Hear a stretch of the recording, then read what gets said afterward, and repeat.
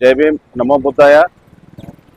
ಬಂಧುಗಳೇ, ನಮ್ಮ ಬೀದರ್ ಜಿಲ್ಲೆಯ ಹಿರಿಯರು, ಶತಾಯುಷಿಗಳು, ಲೋಕನಾಯಕರು, ಅಜಾತ ಶತ್ರುಗಳು, ರಾಷ್ಟ್ರೀಯ ವೀರಶೈವ ಮಹಾಸಭಾದ ಅಧ್ಯಕ್ಷರಾದಂಥ ಸನ್ಮಾನ್ಯ ಶ್ರೀ ಡಾಕ್ಟರ್ ಭೀಮಣ್ಣ ಖಂಡ್ರೆಯವರು ನಿನ್ನೆ ರಾತ್ರಿ 10:50 ಗಂಟೆಗೆ ನಿಮ್ಮ ನಗಲಿ ಲಿಂಗೈಕ್ಯರಾಗಿದ್ದಾರೆ, ವಿಧಿವಶರಾಗಿದ್ದಾರೆ. ಅದರ ಪ್ರಯುಕ್ತ ಇವತ್ತು ಒಂದು ವಿಷಾದದ ಸಂಗತಿ, ಇವತ್ತು ಮಹಾನ್ ನಾಯಕರನ್ನು ಕಳೆದುಕೊಂಡಂತ ಇವತ್ತು ನಮ್ಮ ಬೀದರ್ ಜಿಲ್ಲೆ ಅತ್ಯಂತ ಒಂದು ಶೋಕ ಸ್ಥಿತಿಯಲ್ಲಿದೆ.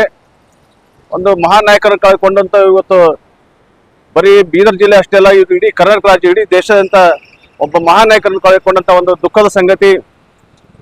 ಅದರ ಒಂದು ಪ್ರಯುಕ್ತವಾಗಿ ಅವರ ಒಂದು ಸಂತಾಪ ಸೂಚಕವಾಗಿ ಅವರ ಲಿಂಗೈಕ್ಯರಾಗಿದ್ದಕ್ಕಾಗಿ ಅವರ ಒಂದು ಇವತ್ತು ಅವರು ಅಂತಿಮ ಸಂಸ್ಕಾರಕ್ಕಾಗಿ ನಾನು ಇವತ್ತು ಖಂಡ್ರೆ ಪರಿವಾರದ ಒಬ್ಬ ಅಭಿಮಾನಿಯಾಗಿ ಅವತ್ತು ಅವರೊಂದು ನಿಧನದ ಒಂದು ಇದಕ್ಕೆ ಒಂದು ಶೋಕ ದಿನಾಚರಣೆ ಮಾಡುತ್ತಾ ನಾನು ಪಾದಯಾತ್ರೆ ಮೂಲಕ ಅವರ ಒಂದು ಶಾಂತಿಧಾಮಕ್ಕೆ, ಅವರ ಲಿಂಗೈಕ್ಯ ಧಾಮಕ್ಕೆ ನಾನು ಪಾದಯಾತ್ರೆ ಮೂಲಕ ಹೋಗಿ ಅವರ ಆತ್ಮಕ್ಕೆ ಶಾಂತಿ ಸಿಗಲೆಂದು ಹಾಗೂ ಅವರ ಕುಟುಂಬಕ್ಕೆ ದುಃಖ ಭರಿಸುವಂತ ಒಂದು ಶಕ್ತಿ ತುಂಬಲೆಂದು ದೇವರಲ್ಲಿ ಪ್ರಾರ್ಥಿಸುತ್ತಾ ಇವತ್ತು ನಾನು ರಾಜಶೇಖರ್ ಪಾಟೀಲ್ ಮಾಜಿ ಸಚಿವರ ಮನೆಯಿಂದ ನಾನು ಪಾದಯಾತ್ರೆ ಮೂಲಕ ಇವತ್ತು ವೀರಭದ್ರ ದೇವಸ್ಥಾನದಿಂದ ನಾನು ಪಾದಯಾತ್ರೆ ಮೂಲಕ ಅವರ ಅಂತಿಮ ಸಂಸ್ಕಾರಕ್ಕೆ ಹೋಗ್ತಾ ಇದ್ದೀನಿ ಅಂತ ನಮ್ಮಲ್ಲಿ ಮನವಿ ಮಾಡ್ಕೊಳ್ತೇವೆ. ಬಂದ್ರೆ ತಾವು ಹೆಚ್ಚಿನ ಸಂಖ್ಯೆಯಲ್ಲಿ ನನ್ನ ಜೊತೆಲಿ ತಾವು ಭಾಗವಹಿಸ್ತಾರಂತ ಮನವಿ ಮಾಡ್ಕೊಳ್ತೇನೆ. ಜೈ ಸರಿ, ಎಲ್ಲಿಂದ ಎಲ್ಲಿವರೆಗೆ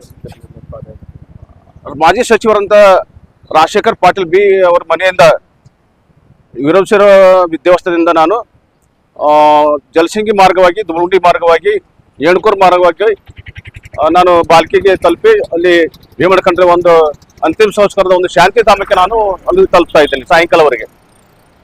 ಎಷ್ಟು ಜನ ಹೋಗ್ತಾ ನೇತೃತ್ವ ನಾನು ಲಕ್ಷ್ಮೀಪತ್ರ ಮಾಳಿಗೆ, ಖಂಡ್ರೆ ಪರಿವಾರದ ಅಭಿಮಾನಿ, ದಲಿತ ಸಂಘರ್ಷ ಸಮಿತಿ ಜಿಲ್ಲಾಧ್ಯಕ್ಷನು. ಇಲ್ಲಿ ಎಷ್ಟು ಜನ ಸೇರ್ತಾರಂತ ನಾನು ಅಂದಾಜು ಮಾಡಲಿಕ್ಕಾಗಿಲ್ಲ. ಅವರ ಒಂದು ಹಿತೈಷಿಗಳು, ಅವರ ಅಭಿಮಾನಿಗಳ ಜೊತೆ ಇಲ್ಲಿ ಸೇರ್ತಾರೆ ಅಂತ ನಾನು ನಂಬ್ಕೊಂಡಿದ್ದೀನಿ. ಎಷ್ಟು ಗಂಟೆಗೆ ಪಾದಯಾತ್ರೆ? ನಾನು ಇವಾಗ ಜಸ್ಟ್ ಒಂದು 8:30 ಈಗ ನಾನು ಪಾದಯಾತ್ರೆ ಪ್ರಾರಂಭ ಮಾಡ್ತಾ ಇದ್ದೀನಿ. ರಾಜಶೇಖರ್ ಪಾಟೀಲ್ ಮಾಜಿ ಸಚಿವರು ರಾಜಶೇಖರ್ ಪಾಟೀಲ್ ಮನೆಯಿಂದ ಪ್ರಾರಂಭ ಮಾಡ್ತಾ ಇದ್ದೀನಿ.